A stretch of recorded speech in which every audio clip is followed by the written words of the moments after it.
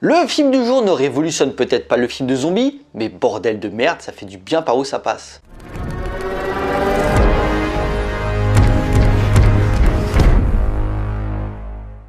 Bonjour à tous, il va être question de The Sadness réalisé par Rob Jabaz.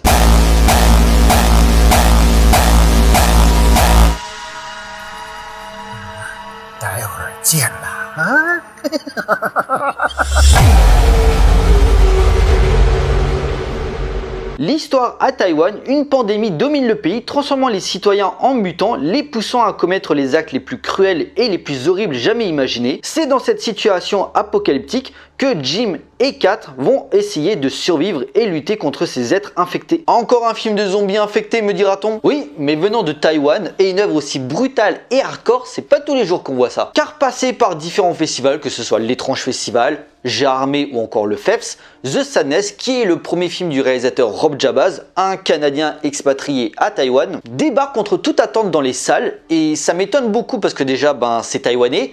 Et pour nous les Français, leur cinéma, ça ne nous parle pas beaucoup. Et surtout, en accord avec sa principale qualité, c'est très gore. Et clairement, je crois le dernier film vraiment trash hardcore que j'avais vu en salle de cinéma, hors les films de festival, ça devait être le remake d'Evil Dead. Ça fait déjà presque 10 ans. Et punaise, ça fait du bien pour nous fans d'horreur de enfin avoir une œuvre qui se lâche en fait, parce qu'à force de bouffer des œuvres ultra aseptisées qui sont plus capables de nous mettre une petite goutte de sang, ça commençait à devenir chiant là. Et le tout sans temps mort. Alors certes, le contexte pandémique fait office d'excuse pour développer l'invasion, mais c'est une véritable montagne russe auquel on assiste. Parce que d'habitude, les zombies ou infectés, oui, je mets les deux dans le même panier parce que pour moi aujourd'hui, la frontière devient vraiment floue pour ces deux-là, sont d'habitude des êtres sans émotion ou presque sans intelligence, à quelques exceptions près, qui pensent juste à te tuer ou à te bouffer, que ce soit chez Romero, Fulci ou encore Danny Boyle. Ici, les créatures gardent leur intelligence, mais c'est surtout leur comportement qui choque, parce que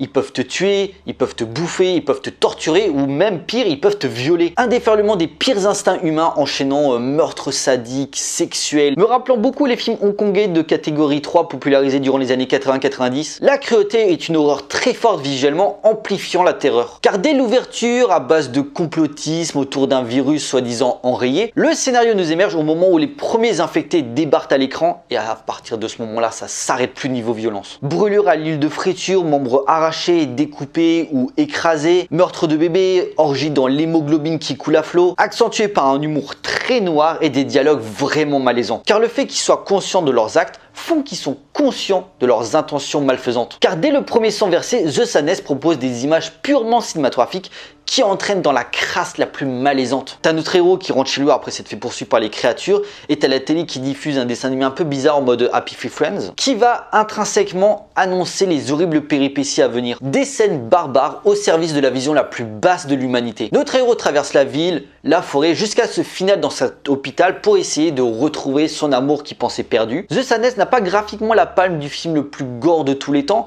mais c'est sa puissance évocatrice, le comportement débridé des infectés et la noirceur étouffante qui ne laisse à aucun moment au spectateur le temps de souffler. C'est 1h42 dans ta gueule. Une œuvre sans concession qui rappelle les grandes heures du cinéma asiatique underground et dont certains essayent d'en poursuivre l'héritage, comme J'ai rencontré le diable, The Raid, Dog by Dog ou encore The Night Come For Us. Le film est un pur mix entre L'Armée des Morts, 28 semaines plus tard, plus que 28 jours plus tard, The Crazies, Society pour ceux qui connaissent, Brain Dead ou encore Ebola Syndrome pour les fans de catégorie 3. Je vous préviens d'avance, c'est pas à mettre entre toutes les mains. Je sais pas s'il est interdit au moins de 18. Sur interdit au moins de 16, ça c'est sûr. Interdit au moins de 18, peut-être. The Sadness se réclame sans aucune contestation comme une série B n'ayant aucune limite dans sa générosité gore. Grotesque dégueu qui tâche et exagération surréaliste, tout y passe en mode vénère. Tête explosée, doigts, seins, pénétration, œil arraché, bref, le bon goût je vous dis. Car d'un point de vue narratif et de mise en scène, on a déjà vu ça, mais le faire avec un tel panache et une telle décomplexion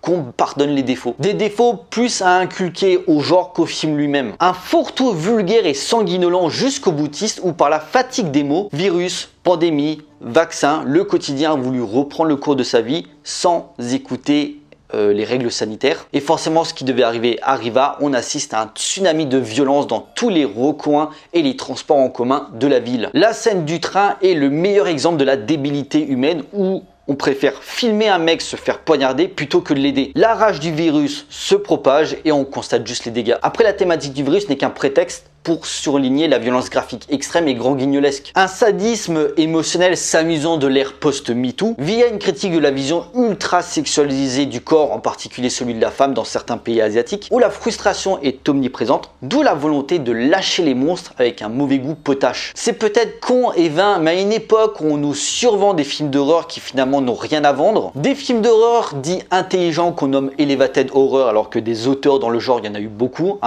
Carpenter, Romero, Cronenberg, et ben un film qui se lâche niveau émotion forte et qui nous en donne pour notre argent pour être malmené du début à la fin, là où divers cinéastes seraient partis dans la comédie, voire la parodie, Rob Jabaz assume son concept de désespoir total. C'est cruel, morbide et transgressif, mais vraiment fun pour ceux qui aiment ou qui sont habitués à s'aventurer là-dedans. Pour les autres, c'est pas la peine. C'est destiné clairement à un public de niche, il est diffusé en salle mais pas partout. Par exemple dans mon département le Bas-Rhin, je crois qu'il n'y a qu'un seul cinéma qui le diffuse et il est à Strasbourg. Mais si près de chez vous un cinéma propose de sadness, n'hésitez pas. Ça fera mal, ça sera pas une bonne expérience, mais c'est le but du cinéma d'horreur de vous mettre mal à l'aise et de vous pousser à bout. Sinon, aucun intérêt. En conclusion, The Sadness est un pur film d'horreur jouissif destiné à tous les amoureux du genre. Ce n'est pas une simple série B gore et divertissante, c'est une boucherie décomplexée qui broie l'humanité de ses personnages pour laisser place à la guerre contre tous. Provocateur et subversif, mais non moins dénué de sens, The Sadness, de par sa nature de sale gosse, s'annonce comme le film d'horreur le plus hard de l'année à réserver aux estomacs solides. Voilà, cette vidéo est à présent terminée, j'espère qu'elle vous a plu, on like, on partage comme d'habitude. N'hésitez pas à me laisser des commentaires pour me dire ce que vous avez pensé du film, j'ai hâte d'avoir vos avis. Pensez à me suivre sur les différents réseaux sociaux pour suivre l'actualité de la chaîne et surtout, abonnez-vous pour la soutenir. Pour nous, on se retrouve pour une prochaine vidéo, d'ici là, portez-vous bien, allez voir des films, ciao.